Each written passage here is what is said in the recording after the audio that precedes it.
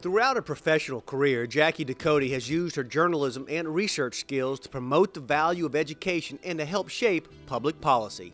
Jackie grew up in Crowley, Louisiana and attended LSU on a scholarship. She graduated in journalism with honors in 1964 and earned her master's in library science in '65, graduating with a perfect 4.0. In 1966, Jackie began her professional career as librarian and public information director for the Public Affairs Research Council. She also began to lobby the State Board of Education and the Louisiana legislature. Her main focus was advocating for inner-city schools. In fact, she co-founded the Inner City School Council. And what began back some 35 years ago in her quest for civic responsibility spurred a unique project for Jackie, laying down the lyrics. See the problem clearly, believe you can change things, my friend, and do everything you can do. Back to the 70s, where Jackie attended numerous school board meetings, sometimes kids in tow, and soon discovered that the board was conducting private meetings and making decisions before the scheduled school board meetings. One of the private meetings ended shortly after it started when Jackie and education reporter Fanny Godwin refused to leave. At that point, they started meeting outside the doors and making sure that they knew what was going on in the meeting. And it turns out that they brought a picnic basket and set up a table and had themselves so they could hear what was going on through a vent in the door. And this, of course, displeased the board members. So the next meeting they came to, they had boarded up the vent so that you couldn't hear. Soon after, Jackie filed a citizen's complaint and the grand jury indicted the school board for violating the open meetings law, and the board stopped their illegal meetings. Years later, she independently published a report card on the East Baton Rouge school system. It provided the public with information and test results about the operation of the school system that had never been made available prior. One of the things people are concerned about with the public records laws sometime and the public meetings laws is they think these laws are for the press. Well, of course they're not. They're for a whole variety of people, including people who want to know more about their government. And I think Jackie was the ideal person to carry that message, because she did make very valid uses of those laws in the early years. Jackie established a state and national reputation as one of the most knowledgeable people in Louisiana on education laws and policies, having helped write and enact more than 50 key education reform measures. However, early on in her career, access to information often proved difficult. It was very hard to find. You had to go dig it out of bureaucrats' desks, and you had to go face to face with them. You couldn't go on the internet and find it.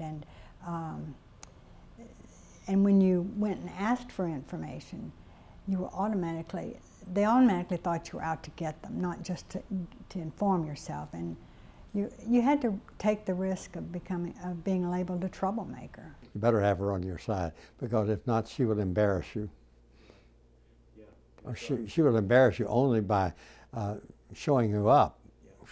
She's that good. And in the legislative process, just following that was a nightmare, because to find out when committee hearings were being held or when school board meetings were being held, you just couldn't go on the internet and see the list and the agendas and the minutes from the last meetings and all of that. It's just wonderful today. She's probably one of the most qualified people in any area that she undertakes. She simply will not move forward without the research to make her an expert and almost unbeatable in any confrontation with a legislator. Jackie is effective because she is such a good planner, and she knows what she's going to say before she says it. She is incredibly prepared for everything she does, no matter how small it is. Preparation is her thing. People used to always joke because I would carry these bags full of stuff. Sometimes I had 5 or 6 different issues going on at the same time at the Capitol. And so I needed to be prepared to move from one to the other. So, in fact, one of my sons made a little cart for me. I still remember that little cart so I could haul on my bags. Most lawmakers didn't appreciate Jackie's ongoing quest for public information. They hated to see me, I think. You can get information on what your rights are as citizens about the public records law today. They still use the model that Jackie put together a number of years ago. In 1978, Jackie left PAR to join the staff of the Louisiana Association of Business and Industry. In 1986, she was named Executive Vice President of LABI. In 1996, Jackie returned to PAR as the first female president in the organization's 50-year history. Once again, she seized the opportunity to do more to empower Louisiana citizens through education. In 1998, under her leadership, PAR published Louisiana Sunshine Laws, guaranteeing the citizens' right to know, and Your Louisiana Government, an owner's manual. Jackie also served as chair of the Hall of Fame and president of the Alumni Board, but her greatest service to the school came when she undertook the chairmanship of the building committee and worked with school officials and governmental leaders to appropriate funding for a long overdue and much needed renovation to the journalism building. The 4-year process had its share of challenges moving through the political process.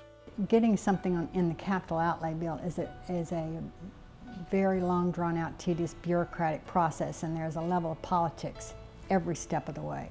In April 2004, the Alumni Reunion celebrated the renovation of the journalism building, thanks in large part to Jackie's dogged determination. Because this is something you can see, and it's something that happens. Sometimes the things I work for, you work 10, 15 years and you never see it come to fruition, and this was it's a wonderful thing for the students here to have.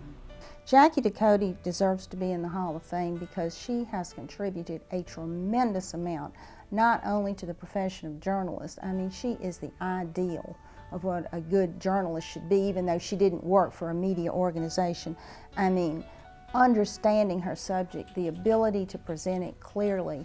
I guess she learned those skills at the Manship School, and she certainly learned them well. And of course she deserves to be in because of her contributions to bringing about this beautiful facility that they have there.